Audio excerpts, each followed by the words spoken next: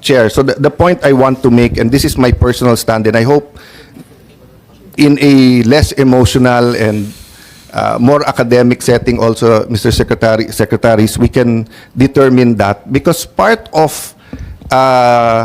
life, liberty, and ano ba yung ginamit natin? Iba kasi yung sa US di ba?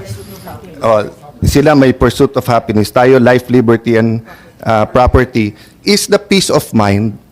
Di ba? The peace of mind na dito at least sa bansa ko, siyempre hindi mo kontrolado kriminal. Diyan pumapasok, Sir Marbil, yung peace and order, assurance, etc. But at least alam ko, hindi ako pwedeng biglang arestuhin dito tapos i-try wherever. Di ba? Pero kung in doubt yon, di ba? So for example, feel free to judge Senator Bato, but I made the same statement as the Senate President that if he's in the Senate, even if beyond 6 years yung kakasuhan sa kanya, kung hindi pa nagde-decide ang Supreme Court what constitutes surrender, etc., and he seeks legal remedy, we should give, under reasonable circumstances, sanctuary to him. We did that sa Batasan 5. I mean, I've never be pro, hindi ko na alam kung anong word ang gagamitin kasi baka sabihin red tagging, di ba? But the progressive left or whatever, di ba? During the time of President Gloria Macapagal-Arroyo, we were together, Secretary, di ba, na we weren't looking at their ideology, we weren't looking at guilty ba sila o hindi, we were looking at the institution and the, what you call this, the balancing ba na pag medyo sigurado na legal yung pag-arrest, etc., tayo mismo kumakausap sa kanila na lumabas na kayo dito. I think that's what happened with Senator De Lima. No? I'll stop there. Napakaraming issues.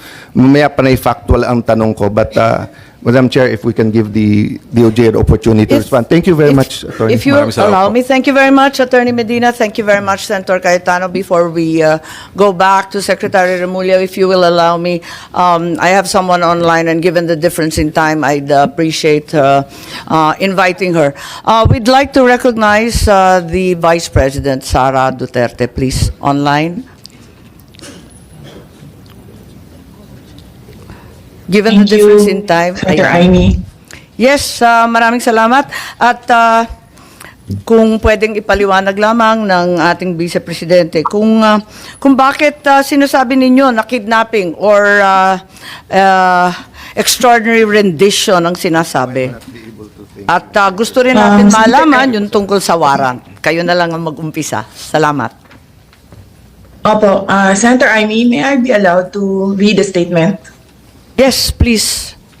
Please do so. Okay, thank you. Apo. Mga kababayan, on March 11, 2025, former President Rodrigo Roa Duterte was forcibly taken by the Philippine National Police upon his arrival at the Ninoy Aquino International Airport. He was brought to Villamor Air Base, a military air base, detained for nearly 12 hours, and then flown out of the country on a private jet to The Hague, all allegedly because of a warrant issued by the International Criminal Court. This was patently an illegal arrest. This constitutes extraordinary rendition. A Filipino citizen, a former president, was taken into custody without a valid warrant issued by a Philippine court, without due process, and without any legal basis under our laws. The Constitution is clear.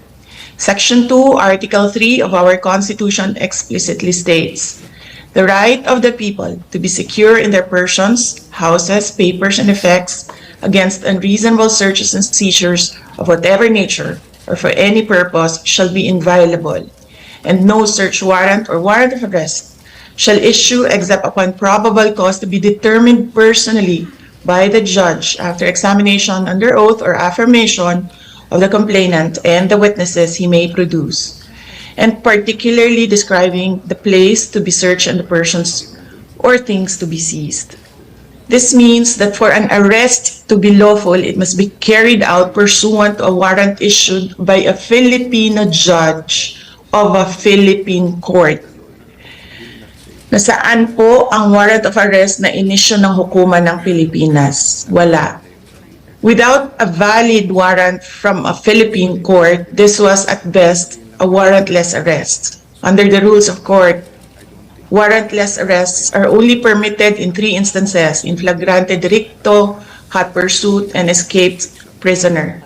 None of these circumstances applied to the case of the former president. So, what was the legal basis of his arrest? The authorities acted solely on an ICC warrant, a document that has no legal effect in the Philippines unless reviewed and validated by a Philippine court. In fact, even assuming without conceding that the government itself wished to recognize and enforce the ICC's warrant, it still violated the Rome Statute itself. Even by ICC standards, the former president should have been brought before a Philippine judge to determine the validity of his arrest before he was handed over to a foreign court. Under Article 59 of the Rome Statute, a state party which has received a request for arrest and surrender shall immediately take steps to arrest the person in question in accordance with its laws and the provisions of Part 9, and shall bring that person before the competent judicial authority in that state. Yan ang sinasabi ko paulit-ulit nung nasa labas ako ng gate ng Villamor Air Base. And why was this not done? If they claim to abide by international law and standards, then why did they conveniently choose to ignore this provision? The fact remains that we are no longer a state party to the Rome Statute. We are no longer a member of the ICC. In fact, in a letter dated December 15, 2023, the President himself wrote to me, with respect to your concerns, legal or otherwise, on the investigation to be conducted by the International Criminal Court into the previous administration's war on drugs, I remain steadfast in my resolve that the jurisdiction of the ICC over the Republic of the Philippines after the effectivity of its withdrawal therefrom is very much in question. To this end, this government will not assist the ICC in any way, shape, or form. So if the government itself has declared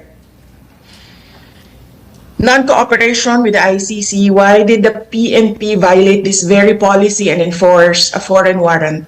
Even granting for the sake of argument that we have some duty to cooperate with either the ICC or Interpol, does that duty override the fundamental rights of every Filipino enshrined in our Constitution? What happened on March 11, 2025 is not just about one man. It is about all of us. It is about the country. If a former president can be taken without due process, what stops them from doing the same to any other Filipino? Therefore, we must dare to ask more questions. Under whose authority did the PNP act? Why did they enforce a foreign warrant without the Philippine court order? Why didn't they at least bring PRRD before a judge as required by the Rome Statute itself? Even more disturbing is the silence of the armed forces of the Philippines.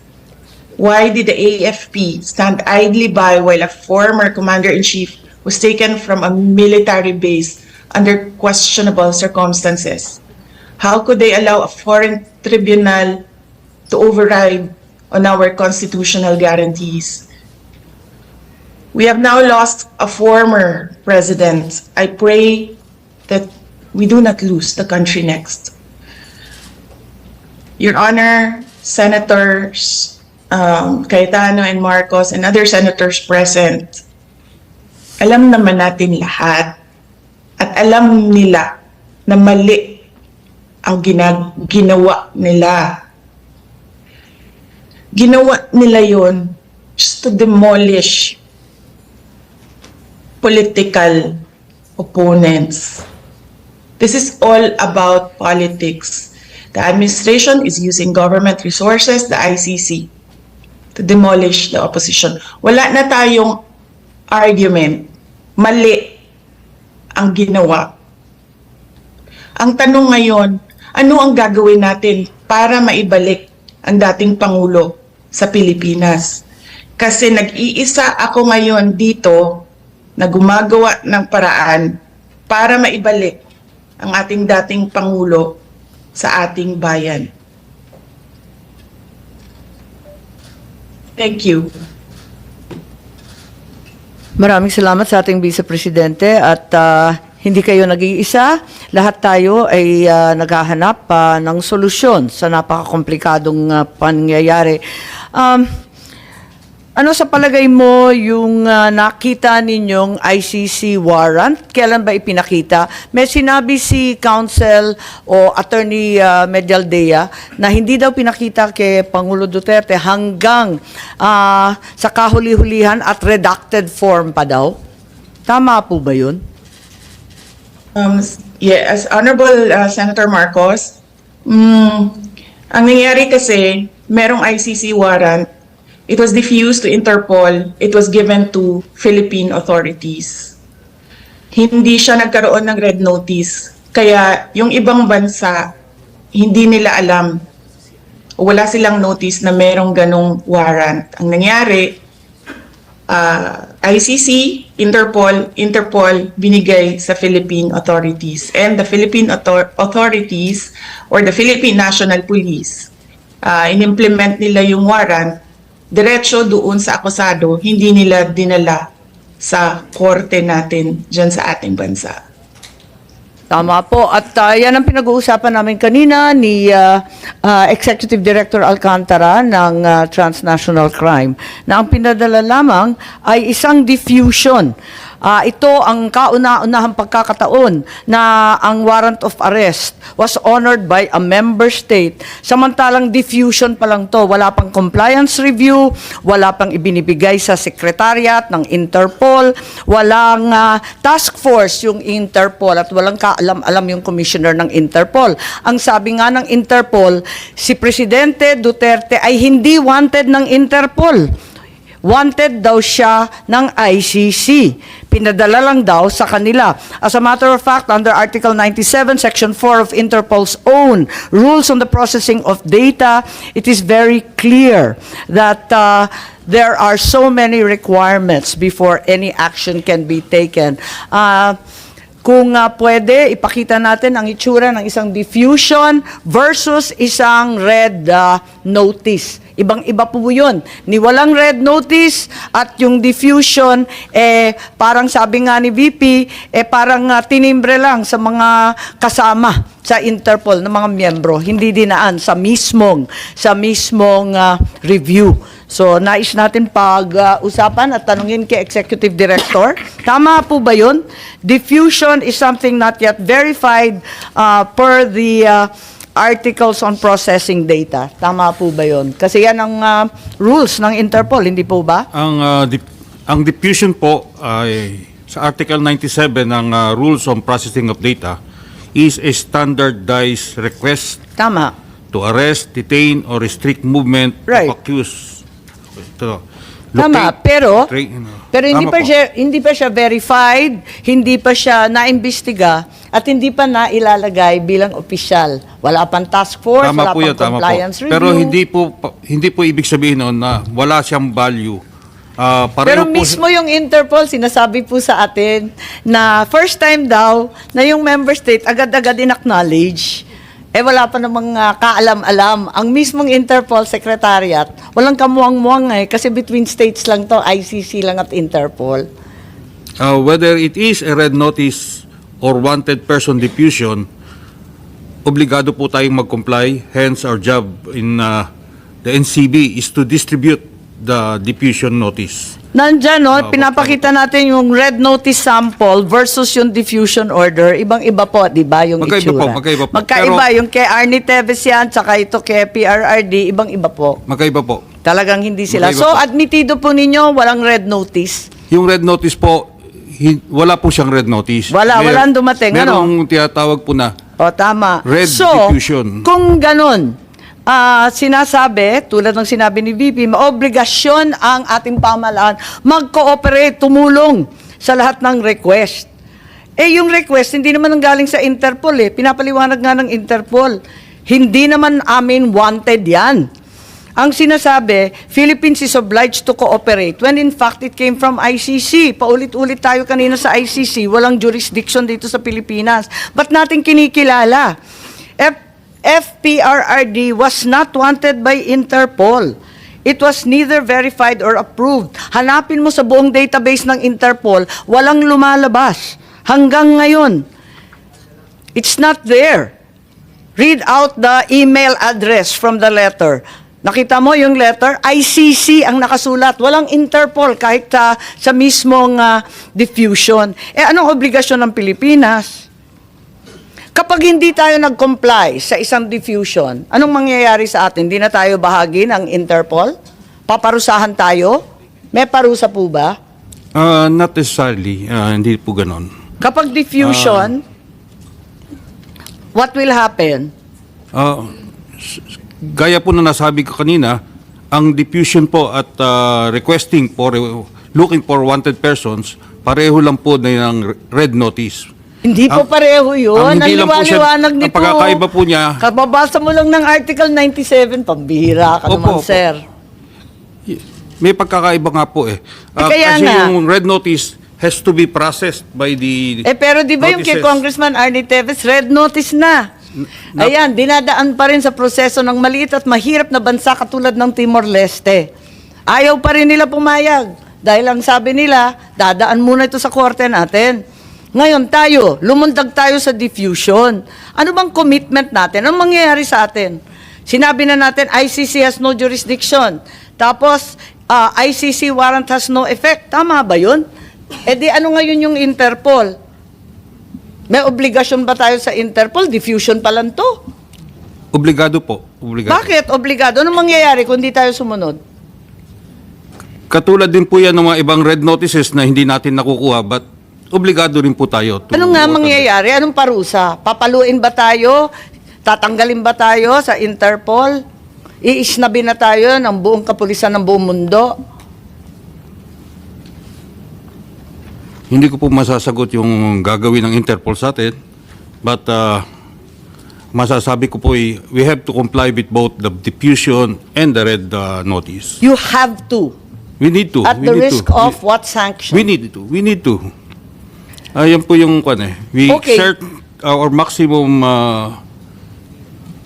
effort to comply with those requests. Nakakagulat lang po dahil kasi eto nga may obligasyon daw pero diffusion lang to at sabi ng Interpol first time daw nga nila na diffusion pa lang lumundag na at inaresto na kagad. Pero parang hindi naman to biglaan kasi General Marbil may memo kayo ng March 10, di po ba?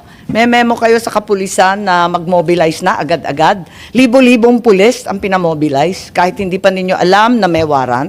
Sabi ninyo, hindi ninyo alam Asan yung memo? Nariyan kanina, di ba? Aalala po ba ninyo yung memo na yan? But anyway, ma'am, Hindi. Yung memo, tama po ba yan o mali yung binigay sa amin? 10 po ang nakasulat na date. Tama po ba yan? ma'am, tama po yan, no? Madam Chair, no? Ang preparation namin, although sabi ko nga, narinig po namin na there will be possible na lumabas po yung warrant based on sa mga dumadating na news, it's standard procedure po ng PNP na mag-prepare po in case that's a part of our planning process. Libo-libo ang minobilize na kapulisan, gumastos ang buong pamahalaan para lamang sa isang chismis galing sa Hong Kong. Sabi po ni Secretary John Vic na chismis lang naman ang umabot sa kanila, hindi naman sila nakatanggap ng anumang katibayan Ma'am, it's a standard, Madam Chair, it's a standard procedure ng Philippine National Police kaya chismis so hindi. We have to prepare and plan kung ano pong mangyayari eventualities po. 7,000 po, base sa chismis. Wala kayong No, we don't have any record ng 7,000. I believe Yun ang it, pinagmalaki sa dyaryo. Hanggang dyaryo lang naman kami. Ma'am, wala po kami nilalabas ng ganong karaming tao. I guess it's more of pinapilaki. But I doubt with this number, ito lang po yung nilabas po namin tao. Okay. So, ilan ang minobilize ninyo kung sinasabi niyo labis-labis naman ang 7,000. Sa tingin ko, labis-labis, isipin mo, chismis lang. Ma'am, based on the numbers, more or less it's a total of 156. Yun lang po yung ano namin. But sabi ko nga doon, it's just a normal procedure. May po mga na- memo pa na sumunod dyan, alam naman ninyo yon. Ito lang yung pinakauna. Madam Chair, I have to check po yung numbers ng tao natin. Bakit sinabi 7,000? Nagulat naman kami. Okay lang, pero mabalik dito sa ICC warrant, walang red notice at pati yung Timor-Leste, inisnab yung red notice, ang atin lang diffusion, sa diffusion ang liwaliwanag, kailangan extradition, kailangan in conformity with national laws. I think we've established that, and without pounding it into the ground, can we ask now, ipakita muna natin ang video ni Secretary Remulla or yung transcript dun sa budget hearing po nung nakaraang taon. Ang liwaliwanag po at maganda po ang paliwanag ni Secretary Remulla Boying. Opo. But when it comes to them going into the country, kung gusto mo nila pumasok dito upang manghuhuli at magpasagawa ng warrant na kanila pong na-issue po siguro ng ICC pagdating ng panahon, kailangan ho itong dumaan sa ating court system. Ito po ay kinakailangan ng isang action to enforce a warrant, action to enforce a judgment. Kailangan po dumaan yan sa ating court system. Kaya hindi ho namin pakikialaman kasi yan po trabaho na ng Interpol kung talagang gusto nilang habulin yung tao na nasasaktal. Yung sabihin natin, nag-issue po na warrant of arrest ng ICC, gusto mo enforce ng Interpol dito, pero para ho ito ay matuloy at hindi ho magkaroon ng kasuhan, kinakailangan pumunta muna sila sa korte natin. There's some things that the Supreme Court would be looking at if what was alleged in the crime would have happened if we were still members of the ICC. That is one of the things that can be of importance to the courts when they do enforce a warrant, or if they will actually allow a warrant to be served in our country from an international tribunal. Ang problema nga ho ay meron kong sinasabi yung mga kaibigan natin na well-meaning naman. May 200 families daw na gustong magreklamo pero ang hawak daw nila 8. Pero sa 8, ang makakausap nyo 2 lang. Tapos yung 2 pa, wala pang ibibigay na totoong ebidensya. Napakahirap po talaga maghabol. Ang yung nag-hearing po ang Human Rights Committee ng Kongreso tungkol dito. At ang lumalabas po talaga, yung mga nangyari po kasing EJK nung panahon na yon, ay wala akong police report eh. Walang police blotter, wala akong record. Kaya napakahirap po maghabol talaga. Ayun.